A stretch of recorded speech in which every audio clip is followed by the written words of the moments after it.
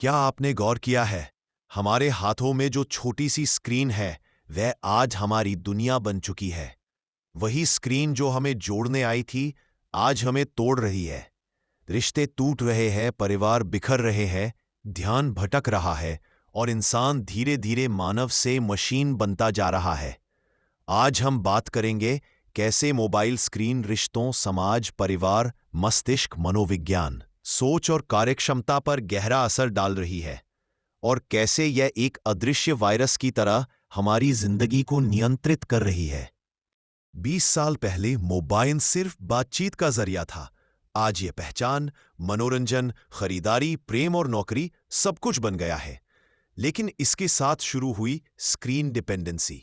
हर ping, हर notification मस्तिष्क में dopamine छोड़ती है, वही रसायन जो खुशी और नशे दोनों में काम करता है।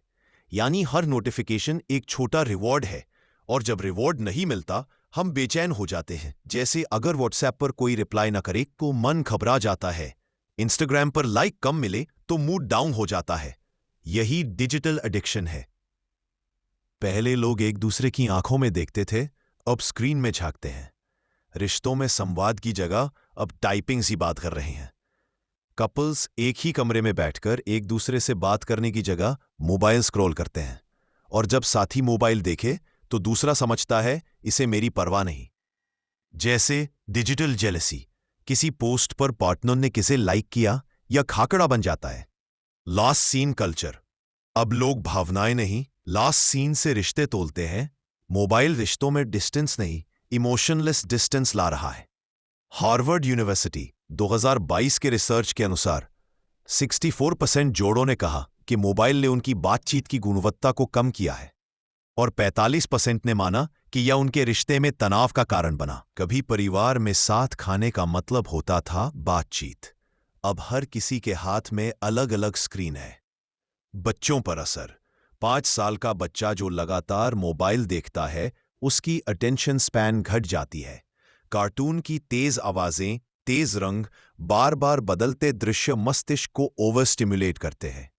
यही कारण है कि बच्चों में हाइपर एक्टिविटी, गुस्सा और नींद की समस्या बढ़ रही है।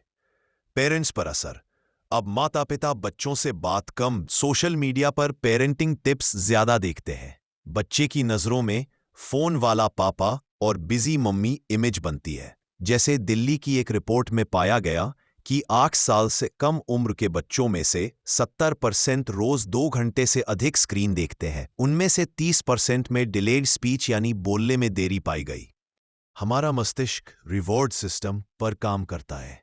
हर लाइक, हर नोटिफिकेशन, हर स्क्रॉल डोपामीन बढ़ाता है, पर ज्यादा डोपामीन। सोशल मीडिया ने समाज को जोड़ने का वादा किया था, लेकिन अब उसने समाज को विचारों और वर्गों में बांट दिया है।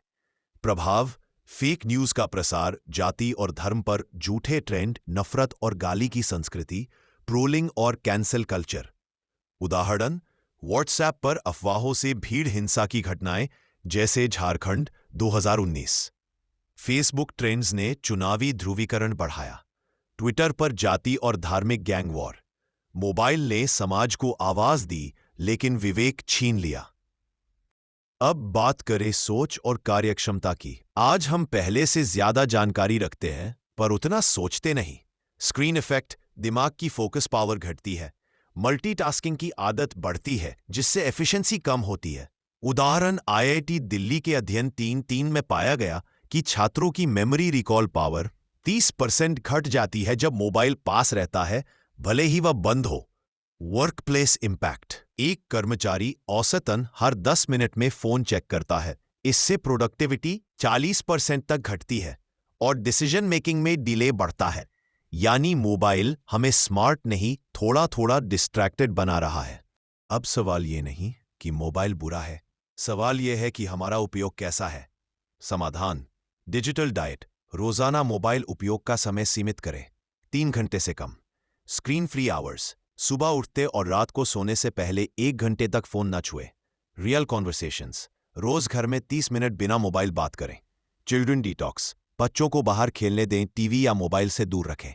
माइंडफुलनेस, ध्यान, योग और वास्तविक जीवन के अनुभवों से जुड़ें। दक्षिण कोरिया में डिजिटल डिटॉक्स कैंप चल रहे हैं जहां लोग 7 दिन बिना फोन रहते हैं और उनका डिप्रेशन 40% तक घट जाता है। दोस्तों, मोबाइल ने हमें दुनिया से जोड़ा पर खुद से दूर कर दिया। पहले इंसान मोबाइल चलाता था, अब मोबाइल इंसान चला रहा है। अगर हम अपने हाथों में फोन नहीं संभाल पाए तो वही फोन हमारी जिंदगी को नियंत्रित कर लेगा। इसलिए मोबाइल को साधन बनाएं, उद्देश्य नहीं। बातचीत को वापस लाएं, ध्यान और जीवन को संतुलित करें, क्योंकि अंत में स्क्रीन की चमक से नहीं, चेहरे की मुस्कान से समाज रोशन होता है।